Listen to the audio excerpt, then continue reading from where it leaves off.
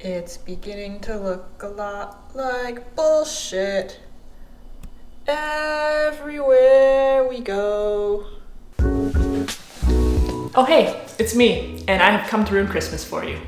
Now I'm just joking, sort of. But what I do want to talk about in this video is the holiday season and obligatory gift giving and high pressure consumption and everything that kind of comes part and parcel with the Christmas and winter holiday season. Just remember the spirit of the season. Is it despair? So I don't know if it's just me, but I've definitely noticed that over the last number of years as I've gotten older, that the holiday season has become increasingly less fun. Increasingly less fun, I'm gonna go with that. While the holidays were something that I very much looked forward to and enjoyed when I was much younger, I just don't feel that way anymore. Well, it's almost Thanksgiving, and we all know what that means. That's right. Black Friday is just around the corner. Ouch. And people are already gearing up. Christmas is on its way, Hanukkah starts in a couple days. Kwanzaa, I've been told, is not a real holiday, that somebody just made it up. But didn't somebody make up all the holidays? Aren't they all made up?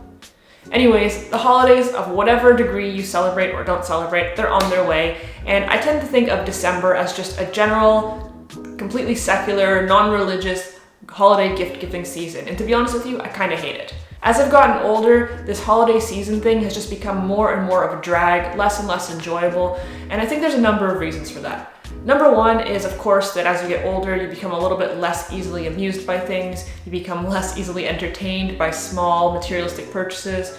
Number two is then you have the pressure on yourself now of having to reciprocate those purchases for other people. And number three is that the advertising is just out of control. The marketing is so aggressive and so obnoxious and so utterly annoying, just trying to convince you that you need all of this stuff that you don't actually need.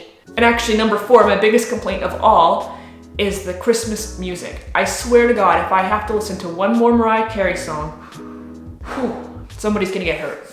But on a serious note, and actually the Mariah Carey thing is a serious note, I'm not joking about that. However, on an even more serious note, I've just found myself having less and less appreciation for the holidays every year, and I don't foresee that changing anytime soon. Furthermore, as I've started to get more and more into minimalism, I've really had my eyes open to how few things we actually need in our lives to be fulfilled and to be happy, and more importantly, how much of the stuff that exists in the world, how much of the material goods and how many of the processes and traditions and things that people indulge in are completely meaningless and pointless at their core. And so without actually trying to ruin Christmas for anybody, I do want to give you guys my thoughts on why I think all of this is the case, why I think the holiday season is overrated, and what you can do about it. So think back to when you were a little kid. Regardless of what holiday you did or didn't celebrate, if your family celebrated something around this time of year, chances are that you were pretty excited about it at the time. I know that I definitely was. I used to draw up these massive lists of gifts that I wanted. Some of them were absolutely ridiculous. I think I had a chimpanzee on the list at one point, or you know what it was? It was a spider monkey. I loved spider monkeys. And I wanted one. But anyways, you might have come up with a whole bunch of things in your mind that you hoped that your family or your friends were gonna buy you, and maybe they did, maybe they didn't. But the holiday season and the anticipation of getting stuff was exciting, and little kids are easily amused. But I enjoyed the things that I had, and I was excited to get stuff, even if I didn't actively put it on my list. If somebody bought me something, I was generally pretty stoked about it.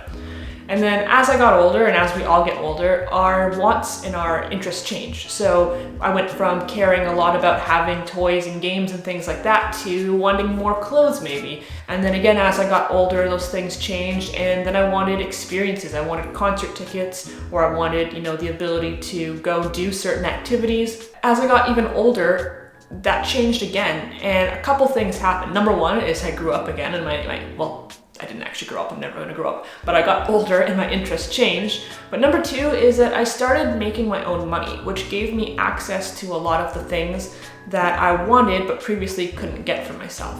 I feel very fortunate to say that within reason, anything that I could need or want right now, I'm very capable of providing for myself. If I need a new pair of jeans or a new jacket, or I wanna go see a concert, within reason, I can get myself any of those things. And so it doesn't make a lot of sense for me to wait around for someone to buy them for me, nor am I the kind of person to try to employ somebody to get me something that I'm very capable of getting on my own. And I realize that that makes it very difficult, because then when somebody asks me, hey, what do you want for the holidays? I don't have an answer for them. If there was something I wanted or something I needed, I probably already got it. And if there's something that I need or that I want and that I can't acquire on my own, chances are that nobody can acquire it for me either. Like saying, hey, I'd really like a nicer house. It's not really gonna work out that way, is it? And I feel that I can speak to the other side of this equation as well, because as I've mentioned before, I grew up in a household where we were pretty broke. I mean, we had food to eat, thankfully, but we had to sacrifice pretty much everything else to make sure that we had food to eat. So there wasn't really an abundance of luxuries for sure. And even as a little kid, of course, I appreciated toys and games, as I had mentioned, but there was a part of me, even at that age, who understood that having people buy me things on a whim that I didn't necessarily have an appreciation for, it felt uncomfortable knowing that the money that they spent could have been better utilized in our family. Additionally, as a minimalist, I find myself happy with very little. I don't have a TV, I don't have any subscriptions to Netflix or Spotify or Amazon Prime. I'm not a compulsive shopper, I'm not into fancy brand name clothing. I just don't really care about that many things. I realize how little I need to actually feel satisfied with my life, at least on a material level.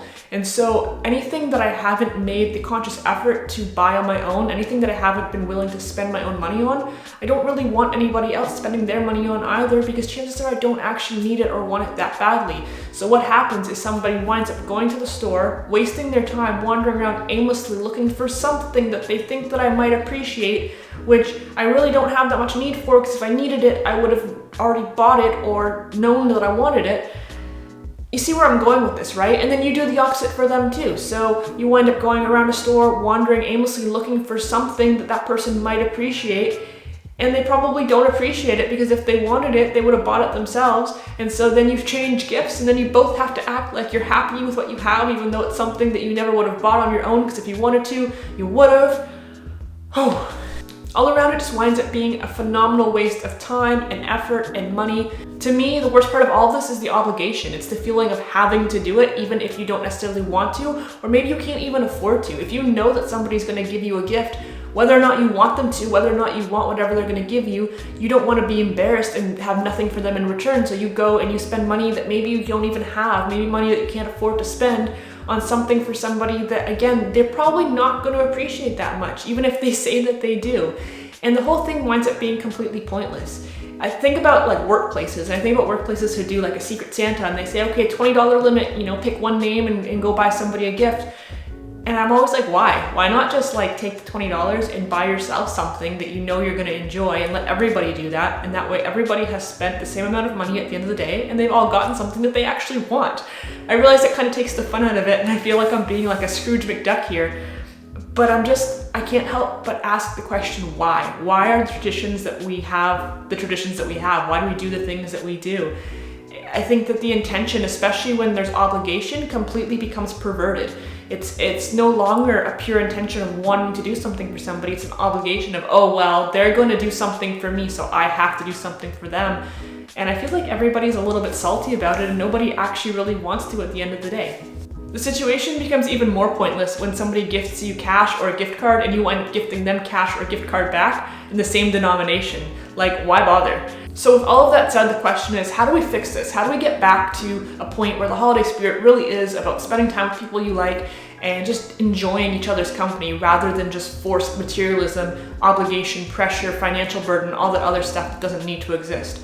I know that there's people who throw events where they say that gifts aren't mandatory or aren't required, and that's a good start, but I think that that makes things even more complicated, because then you find these awkward situations where people say, oh, I know I didn't have to, but I wanted to, and then you didn't return the favor and you feel really uncomfortable, you feel like a cheap asshole. It's a mess. So rather than saying that gifts aren't mandatory, and I know this is gonna be controversial, but I'm gonna say, how about banning gifts from your get-together? How about saying nobody's allowed to bring gifts? And you might be saying, well, I want to bring something. I don't want to show up empty-handed. Great, so how about this? Let's bring something for the event, for the get-together that everybody can enjoy as a community. Maybe you bring a platter of cookies that you've baked. Maybe you bring a nice bottle of wine. You bring something because you want to share the experience with the people who are there, not just something that people are going to bring home, pretend to enjoy, and then either re-gift or throw into the landfill. Is that really that controversial?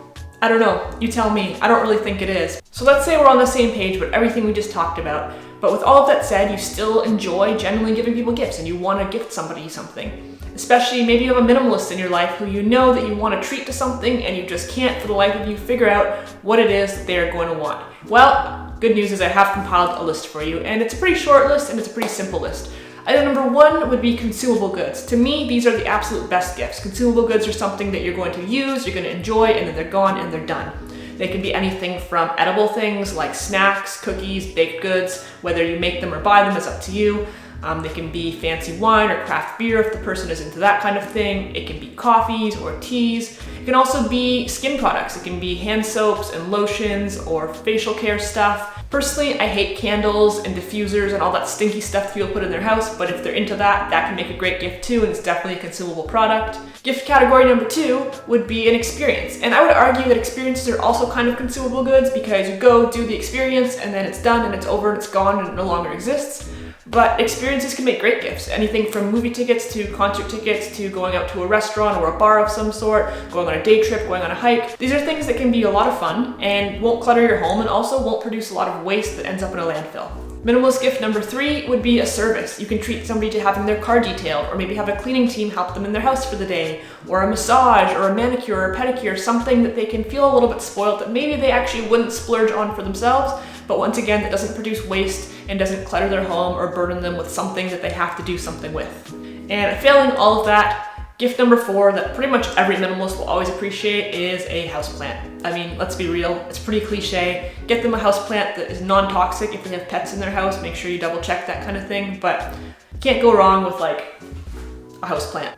Anyways, I know this video might wind up being a little bit controversial. I know I talked a lot of smack about the Christmas season and about people's intentions that are maybe not as pure as they seem, and maybe you agree with me or maybe you don't, but I would love to know your perspective, so by all means drop me a comment down below and let me know. Additionally, let me know if you've ever received a gift that you found to be particularly meaningful or important to you. I would love to know what that may have been. If you enjoyed this video, please go ahead and hit the like button. I really appreciate every like that my videos get. It really does help out the channel tremendously, so thank you very much. If you haven't done so already, please go ahead and consider subscribing as well. I make videos about minimalism, personal finance, and all sorts of other cool things like that. Other than that, thank you guys so much as always for watching, and I will see you in the next video. Bye! We do it every year, part of the family tradition. Last year we lost our youngest daughter. Her head was stepped on and crushed, but in her memory we're going to find a young girl and step on her head this year.